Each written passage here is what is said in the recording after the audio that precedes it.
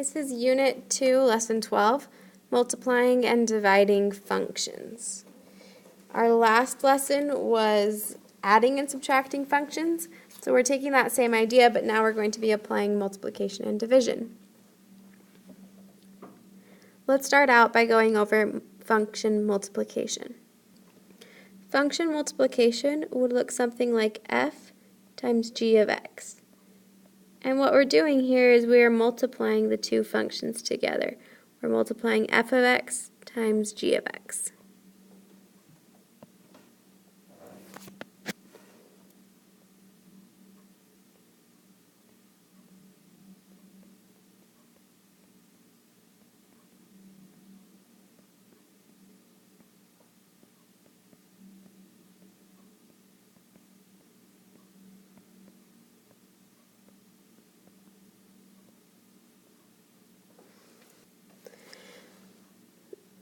We also have function division.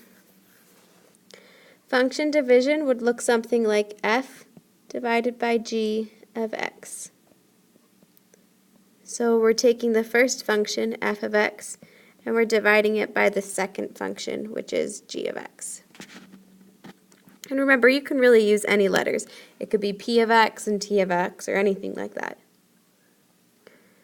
And I'm adding here on the end to use a fraction. Sometimes we'll represent our answer in the form of a fraction, or we'll convert something to be in the form of a fraction. And you'll see that when we do our second example. So the first example we're going to look at today is for function multiplication. Our example says if f of x equals 3 to the power of x and g of x equals 5, what is f of g of x? So first thing we need to do is substitute the functions. So I'm doing f times g of x. That means I need to be plugging in function f of x, which is 3 to the power of x, and then multiplying it by g of x, which is just 5.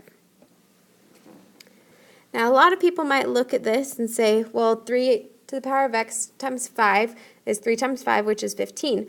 And that's not quite right. Our second step is to simplify. And when you simplify, you have to be very careful.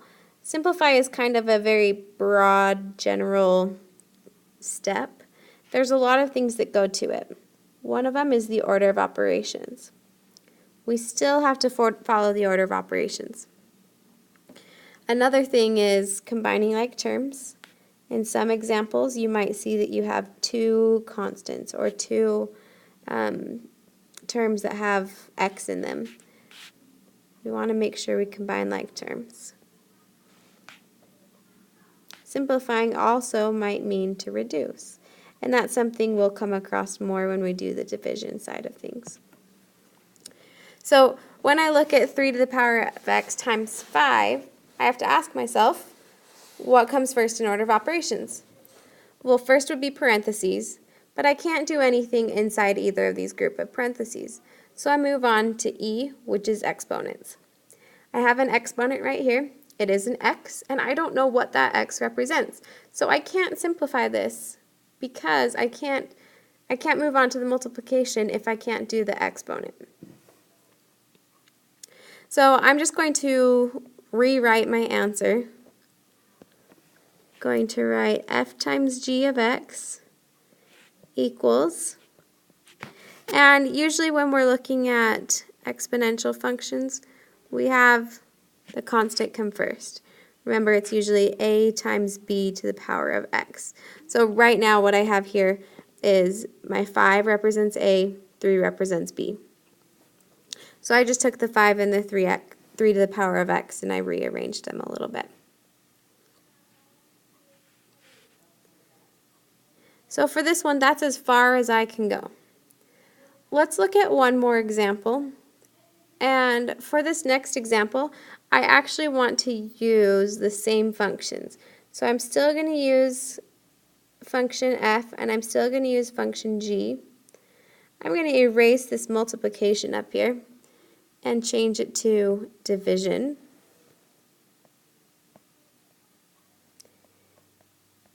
And then let's go over here, and instead of doing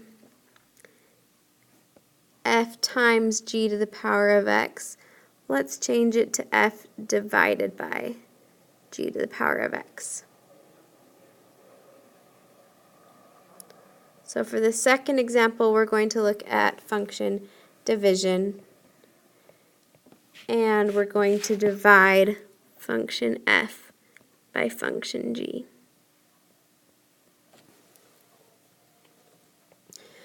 The reason why I just erased everything rather than rewriting it is that we really follow the same steps. So I'm going to start out by substituting the function. If I'm doing f divided by g, I'm going to copy down function f, and then I'm going to go divided by function g.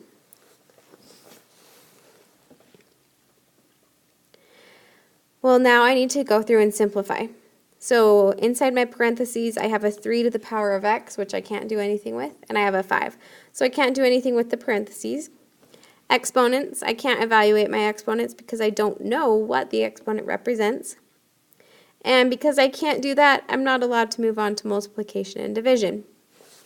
So I am going to rewrite this. I mentioned in the first section that sometimes you'll use fractions for division.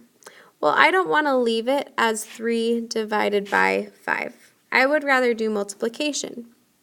So one way I can do multiplication is by multiplying by the reciprocal. The reciprocal of 5 is 1/5. I just flipped it over. So when I do function f divided by function g, I end up with 1/5 times 3 to the power of x. So instead of dividing by 5, I just multiplied by the reciprocal, flipped it over, and then rearranged things to put it back in that standard form of y equals a times b to the power of x. So that is function multiplication and division. It's pretty straightforward. It's one that we tend to overcomplicate. Sometimes you'll distribute things, sometimes you'll actually multiply things, sometimes you'll actually divide. Other times it will be more like this example where we just rearrange a little bit.